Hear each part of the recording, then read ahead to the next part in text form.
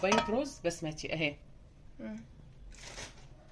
ماشي، هنحط على كوبايه ميه وهيستوي. هتقولوا ازاي؟ هي دي الفكره. حطينا هنا في بصي يا الخلاط حبايبي، حطينا في الخلاط كيس الملوخية. الملوخيه اللي هو جاهز بعد ما فك، مع جرنين فلفل مش كبار او جرن كبير اخضر. عايزه تحط شطه حطي، خلاط عايزه في تحطي الكبة. عايزه تحطي احمر، بس انا احط في الاحمر وهي بتقلب، عشان مش عايزه الملوخيه تقلب للون تاني، وهو يستحسن الاخضر. ماشي. لو معاكي توم سليم حطي 4 فصوص مع الملوخيه، بتنضرب في الكبه ضربه واحده، مش تنعم جو. والضربه دي بتنعمها شويه، لان الجاهز ده بيجي خشن شويه وبتسقط. لكن لما تضربيها من غير سوائل من غير اي حاجه، عايزه تحطي الشوربه عليها اضربه واديها غلوه وحطي عليها المرته بتاعتها. يبقى هنا 4 فصوص توم، جرن فلفل كبير او جرنين صغار اخضر، مع الملوخيه كيس الملوخيه جاهزه. لو مش عندك جاهزه تعمليها في العاديه برضو عادي. بتغلي اهي يا جماعه، وهنصفيها من البصل اللي فيها برضو، عشان اللي ايه مش بيحب الحاجات تبقى ظاهره فيه. صفينا الشوربه تمام، وعملنا الملوخيه في الخلاط، شفشق الخلاط. هنا نزلنا معلقه توم، ده غير اللي هنعملها في اللي هي الطشه، مع جرن الفلفل المضروب.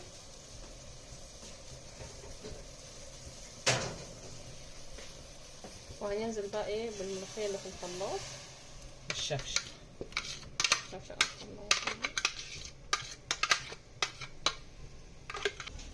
بس لما انت بتقولي في ناس بتحطها وهي مجمده، وهي مجمده لما تقعد تغلي كتير عشان تفك تلاقيها بتسقط، مش تبقى حلوه المجمده، لازم تفك كده. هي تحتاج شوربه. ماشي كده، حطينا الدجه.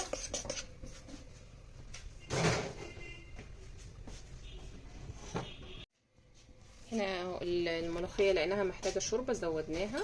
اللي يفضل ان الواحد ما يحطش الشوربه كلها في الاول، عشان خاطر مش تبقى ايه نص ميعه، عشان هي عايزه يعني تتزود شويه. هتجلي وهنشيلها ونعملها الطشه ان شاء الله. معايا هنا توم زي هرسه الشطه بس بارد. هحط معلقه وهوريهولكوا وانا بعمله ان شاء الله. هنعمل النهارده اللي هي دقه الفلفل الاحمر دي، ونوريها لكم باذن الله. سكر، مش عارفه نص معلقه سكر كده.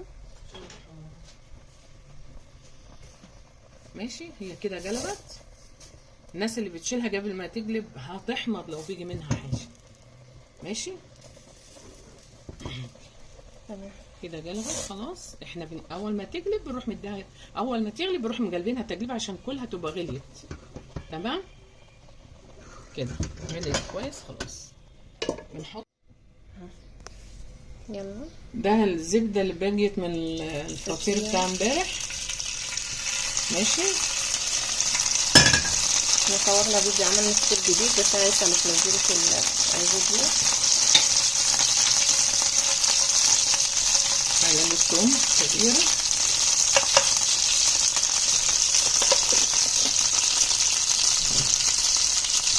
يا جماعه اوقات بتلاقوا التصوير معمول ان اوقات الموبايل بيظبط، اوقات الموبايل انا بصور من الموبايل فما اعرفش، فكمتنا بقى في التصوير وكده، اوقات الفلاش يقفل ما اعرفش ليه فبتبقى ضلمه. معلقه ثوم كبيره.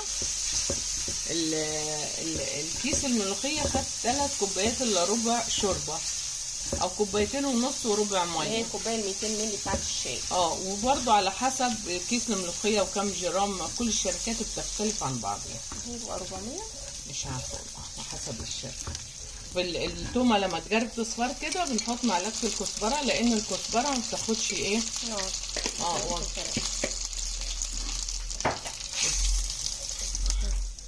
ماشي. الكزبره يا دوبك بتشم النار عشان مش تنحرق. ونرجع نجيب الملوخيه.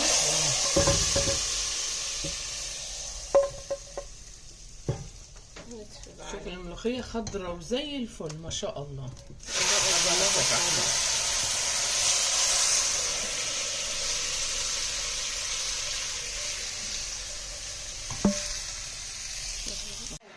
هنا يا جماعة اهوت ما شاء الله الملوخية، شغلت الفلاش عشان تشوفوا لونها. ما شاء الله لونها يشهي واخضر وحلو. التكة هنا في ان احنا ضربناها في الخلاط يعني كده. هي ما شاء الله تبارك الرحمن. دي الملوخية الجاهزة اللي بتبقى في اكياس، ضربناها في الخلاط. هنعمل رز بسمتي، كوباية رز بسمتي. ماشي، كوباية رز بسمتي اهي. ماشي، هنحط على كوباية مية وهيستوي. هتقولوا ازاي؟ هي دي الفكرة.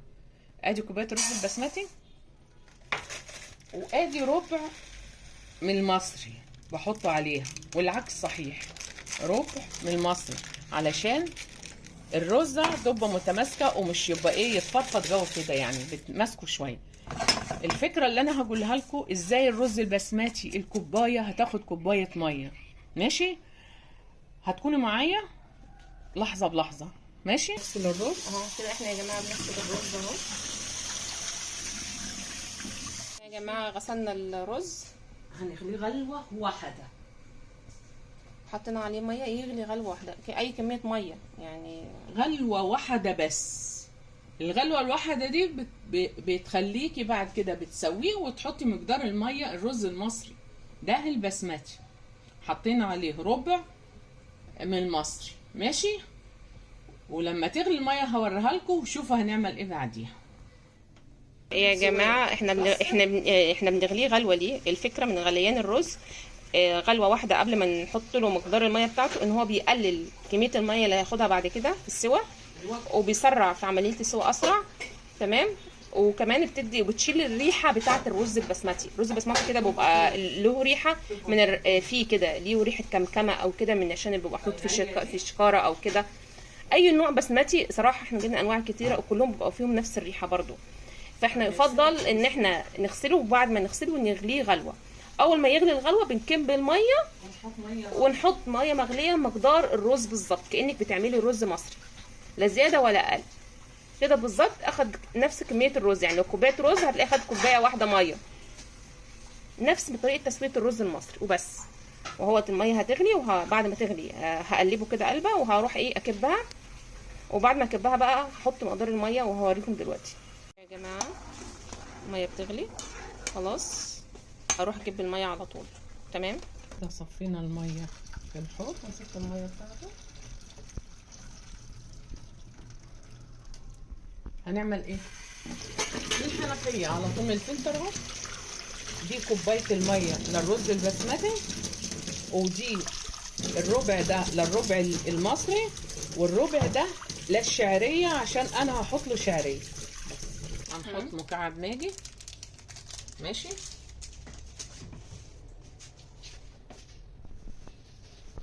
الشعرية انا بحبه بالشعرية، بسمتي بالشعرية. بسمتي بالشعرية بيبقى جميل على فكرة وتحفة. هنحط دي الشعرية اللي انا محمصاها في الفرن زي لسان العصفور اللي احنا عملناه في الفرن ووريتها لكم. دي نفس الفكرة برضه. حطينا لسان العصفور في الفرن. تمام، وكل شوية بنقلبه. فرن الكهرباء، فرن الغاز، براحتك. وتحطي كل شوية تقلبي. تمام، ما تاخدش دقايق. دقايق. دي دلوقتي برضه نحطها في برطمان، بيبقى عامل زي الحشو بالظبط. بيبقى تحفة، كأنك عاملة فراخ محشية.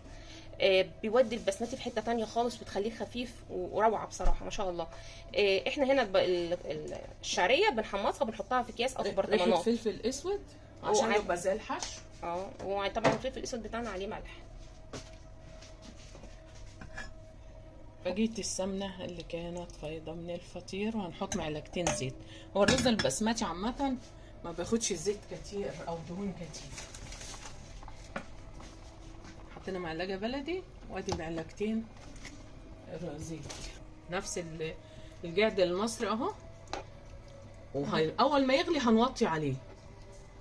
ماشي، ده بقى كأنك بتاكل حشو حمام بالظبط. لو مش عايزة تحط الشعرية شيليها. افرض لما شرب المية وعايز ربع كوباية مية بحطها له في الاخر.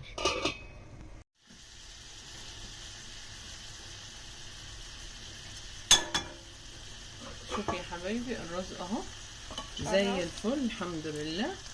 الفكرة مش ان انا اغلي المية عشان اغلي الرز علشان ان ياخد ميه اقل دي مش مشكله، ربنا مكتر علينا الخير والميه والحمد لله.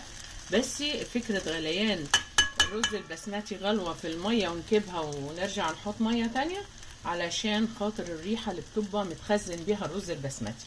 احنا جربنا كل انواع الرز البسمتي، في اللي بياخد ميه كتير وفي اللي ياخد الميه قليل. الفكره ديت كمان اللي غليانه ان انت لما بتغلي الميه وتكبيها بتحطي مقدار ميه بتبقي بتتحكمي فيها. فبتحطي لو في رز باخد الكوبايه على كوبايه وربع بعد لما تغليها، وفي بياخد كوبايه وكوبايه. احنا هنا حطينا كوبايه ميه للرز وربع كوبايه للرز المصري اللي حطيناها عليه وربع كوبايه للشعريه، وحطيت ربع كوبايه كمان لما اجى يستوي عايز سيكه بسيطه يعني. فزي الفل ومفلفل والبصل وجميل كأنك بتاكلي حشو. فكرة الشعرية لو مش عايزاها استبعديها مفيش أي مشكلة. وبالهنا والشفا. والملوخية زي الفل هي معمولة لا سردت ولا حاجة، زي الفل اهي. الكاميرا اللي ظالمة لونها.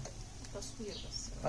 عشان ما مفيش إضاءة يعني، احنا الحمد لله لسه مبتدئين، لا شيفات ولا حاجة، بس الحمد لله يعني ايه بنعمل اللي نقدر عليه.